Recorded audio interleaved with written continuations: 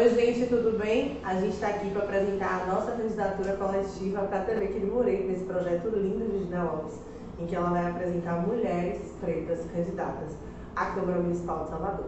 Então a gente está aqui primeiro para começar apresentando quem somos nós, para vocês conhecerem um pouco da nossa história, da nossa trajetória, mas também da nossa relação com o nosso bairro e sobre as nossas pautas, né, para o enfrentamento a todas as formas de opressão nessa cidade. E aí, vamos começar? Cleide, fala aí quem é você. Então, eu sou Cleide Coutinho, tenho 45 anos, sou mulher, preta, mãe, evangélica, sou dirigente do Movimento Nacional de Moradia, né? Sou membro do Conselho da Cidade da Bahia e sou dirigente da Executiva do Pessoal Bahia. Eu moro no bairro de Cajazeiras, né? Tenho uma relação aliás, não, foi a segunda parte, não foi? Mas fala. Tenho uma relação de vivência com Cajazeiras de 30 anos. Eu me mudei de lá, depois agora eu voltei, tem 7 anos que eu fiz uma ocupação juntamente com o Movimento Sem Teto lá em Cajazeiras e nós mantemos a resistência nesse local até hoje, né? As pessoas falam que Cajazeiras é um bairro distante do centro, e realmente é, embora toda essa dificuldade de deslocamento para o centro, mas eu amo o meu bairro. Eu tenho uma relação de muito afeto, eu gosto de ir na feirinha, na rota da feirinha, comprar, fazer minhas compras, eu gosto de Cajazeira, eu gosto da paz que Cajazeira tem, não troco Cajazeira por lugar nenhum na minha vida. Eu me chamo Gleide Davis, eu tenho 28 anos, sou moradora do subúrbio de Salvador, moradora da suburbana, sou estudante de serviço social pela UFMA, atuo atualmente com a minha militância nas redes sociais, mas também sou militante no meu próprio bairro, né? Então a minha relação com o meu bairro já tem, primeiramente, uma relação familiar. Eu sou nascida e criada no Alto do Cabrito, eu tenho muito orgulho do lugar de onde eu moro, tem essa relação com o fato de estar no hino da independência. Eu tenho muito orgulho disso, porque a independência da Bahia foi uma independência feita pelo povo, então eu tenho muito orgulho em relação a isso. Tenho muito orgulho de ser suburbana, porque eu acho que ele te desafia muito a moral conservadora de que é um local de pessoas condenadas, e muito pelo contrário, a gente vem demonstrando que é um lugar muito frutífero, principalmente culturalmente. Sou militante cultural, né, do bairro, e tenho muito orgulho também do subúrbio. O subúrbio é um lugar muito bonito e muito diverso, então eu tenho muito orgulho do lugar de onde eu venho e da mulher que eu me tornei, né, deste lugar de onde eu sou. Aquela vista ali é maravilhosa. Maravilhosa. É linda. Eu sou Maria Crisóstomo, eu tenho 33 anos, eu sou mulher preta, sou lésbica, sou feminista, sou mãe, sou antiproibicionista, sou uma mulher gorda, sou uma mulher de candomblé, enfim, bem diversa, né? E eu sou também advogada feminista, né, que atuo com mulheres em situação de violência já há algum tempo. Na verdade, desde o início, né, da minha carreira na perspectiva jurídica, eu já atuo com os direitos sociais, direito antidiscriminatório, que a gente chama, né, combate ao racismo, combate à LGBTfobia, combate à intolerância religiosa. Mas há 4 anos atrás, especialmente, eu decidi trilhar um caminho que foi da advocacia feminista, quando eu criei com mais outras 2 amigas uma ONG chamada Tamo Juntas, que é uma ONG que atua com mulheres em situação de violência, não só na perspectiva jurídica, mas também na perspectiva multidisciplinar. Então nós atendemos mulheres de forma multidisciplinar, a gente nasce em Salvador, e hoje a gente está em 19 estados do Brasil fazendo esse atendimento de forma voluntária, feminista e multidisciplinar. Então isso é uma grande potência, né? E o bairro onde eu sou nascida e criada é Brotas, né? Que é um bairro que, enfim, é um bairro cidade, né? É um bairro que todo mundo fala, toda ladeira de Salvador dá em Brotas, né? Nesse rolê. Então é um bairro cidade, né? Então eu sou nascida literalmente em Brotas, né? Eu nasci numa maternidade de Brotas, minha filha nasceu numa maternidade de Brotas, então minha relação com o bairro é muito forte. Minha mãe também é nascida e criada em Brotas, então tem essa relação familiar também, né? E eu acho que para além disso, né, Brotas foi o lugar onde eu estudei, onde eu fiz grandes amigos e amigas, enfim, né? Primeiros namorados, primeiros amores e afetos. Mas eu acho que aquele espaço foi um espaço de muita formação também para mim, né? De muita construção para que eu fosse essa mulher que eu sou hoje, né? Então, de movimento estudantil, enfim, de todo esse processo, todo esse caminho.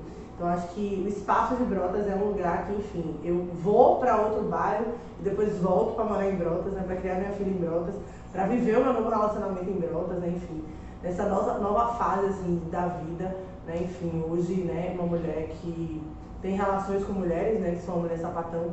Então, eu acho que o bairro de Brotas tem muito da minha história, né, da minha trajetória. É um bairro muito diverso, então isso faz com que minha trajetória também seja muito diversa nesse rolê. Mas enfim, quer falar mais sobre o seu bairro? Tá ótimo. E aí, dentro dessa trajetória, né, por que a nossa candidatura coletiva é tão potente, né? Por que as nossas pautas são tão potentes? E aí eu queria que vocês falassem um pouco das pautas da gente, para depois a gente entrar num debate que é um debate muito necessário e urgente, que é sobre saúde, numa perspectiva de saúde pública, né? Então, eu trago para essa campanha a pauta da moradia digna, que para mim é uma das principais bandeiras de luta. Eu acredito que a ausência da moradia digna para a população de Salvador seja uma das mazelas que mais afeta a vida da nossa população, né? Além de outras bandeiras de luta, como a defesa da vida das mulheres, né? O não sucateamento do SUS, né? A questão da mobilidade urbana.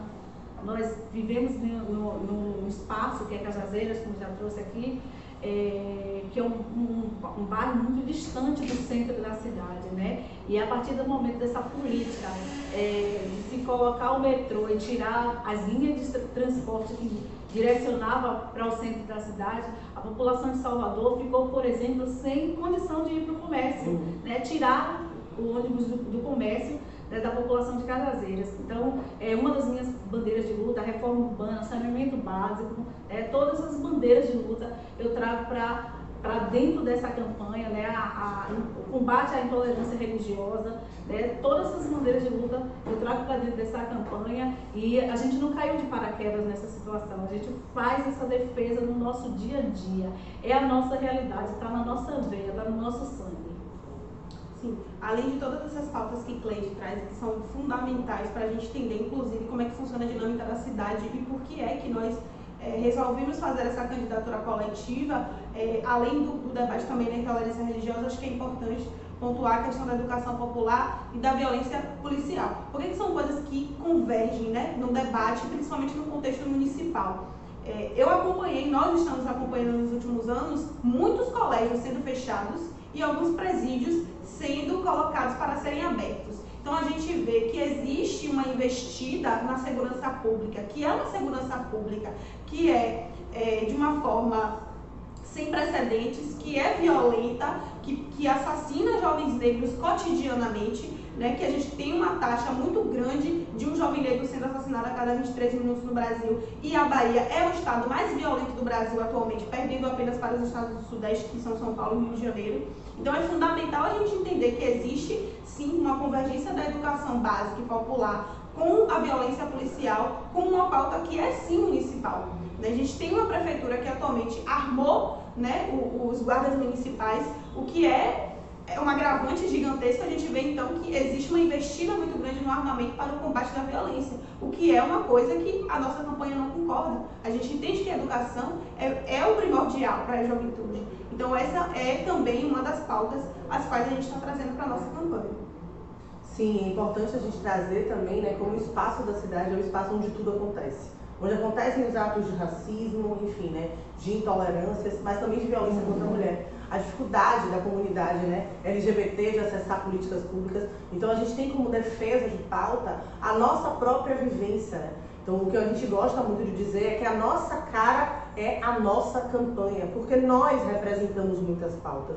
Nós estamos em vários movimentos, nós estamos em vários bairros, nós somos diversas. Então isso faz com que as nossas pautas também sejam diversas. Seja o combate à gordofobia, o combate à LGBTfobia, o combate ao machismo e à violência contra a mulher, o combate à violência obstétrica, o combate a essa perspectiva perversa da obrigatoriedade da maternidade. A gente defende a maternidade livre e pelo direito de termos nossos filhos vivos, né? Então a gente tem uma defesa que é uma defesa diversa. Então essa é a nossa grande potência de entender como as nossas vivências também são pautas políticas fundamentais para poder construir de uma forma diferente as políticas públicas da cidade de Salvador. Então, bora falar de saúde? E aí, vamos falar de saúde. Falar de saúde é simplesmente falar sobre acesso ao posto de saúde? Não, não é, né? Então, quando a gente fala de saúde pública, o que a gente pensa quando a gente fala sobre saúde pública? Quer começar, Gui? A saúde pública, ela deve ser entendida a partir também, ou melhor, a partir principalmente da manutenção de leis que façam com que a saúde pública funcione.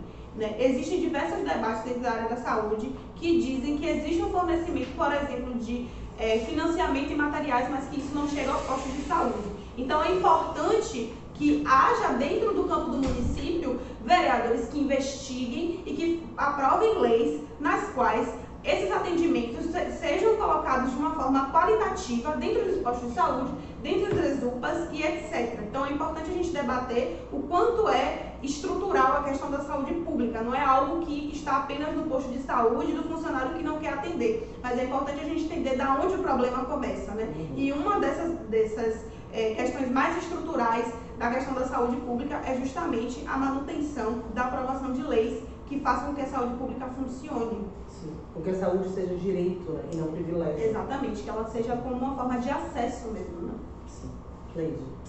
Então, a Gleide estava falando aqui e eu estava lembrando, né, que a Gleide ela faz a discussão da questão da saúde mental, e eu trago aqui para essa questão.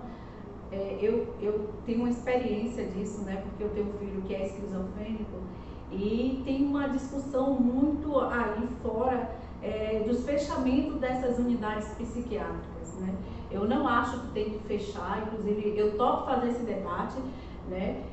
Eu acho que tem que humanizar esses espaços, porque esses espaços eles são completamente desumanos, né. Os pacientes chegam lá, eles são jogados sem atenção nenhuma, de forma, sabe, sem ter nada o que fazer dentro desses hospitais, só tomando medicação e usando fumo. E isso não é legal, isso não é humano. A gente precisa dar uma condição para esses pacientes quando eles chegam nesses hospitais. Uma outra discussão que eu quero trazer aqui é em relação à violência obstétrica. Porque eu vivi isso, né? Eu vivi isso, inclusive está muito na nossa campanha essa relação